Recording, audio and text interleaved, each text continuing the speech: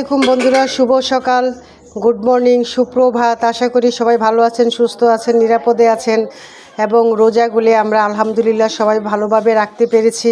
তো আজকে আমরা ডেকোরেটিভ করে নিয়ে আসি কাঁচা টমেটো দিয়ে, গাছের টক টমেটো দিয়ে আমরা লাউ রান্না করব। তো আমরা এখানে নিয়েছি টমেটো কুচি করে নিয়েছি, হলুদের গুঁড়া, মরিচের গুঁড়া, পেঁয়াজ কুচি, কাঁচামরিচ কুচি, রসুন ছেঁচে নিয়েছি, আদা ছেঁচে নিয়েছি, লবণ পরিমাণ মতো। জিরাটাকে আমি ভেজে তারপরে ফাঁকি করে দিব যাতে স্মেলটা সুন্দর আসে এবং স্মেলটা তাজা থাকে। আর আমরা নিয়েছি লাউ কিউব করে কেটে নিয়েছি। তো আপনারা এরকম সবসময় যদি গুছিয়ে ডেকোরেটিভ করে রান্না করেন তাহলে আপনাদের রান্নার সময়টা খুবই বেঁচে যাবে, রান্নাটা খুবই সুস্বাদু হবে। রান্না কমপ্লিট হলে আবার আমরা পরবর্তী ভিডিও নিয়ে আসব। সবাই ভালো থাকেন, সুস্থ থাকেন, নিরাপদে থাকেন। আল্লাহ হাফেজ।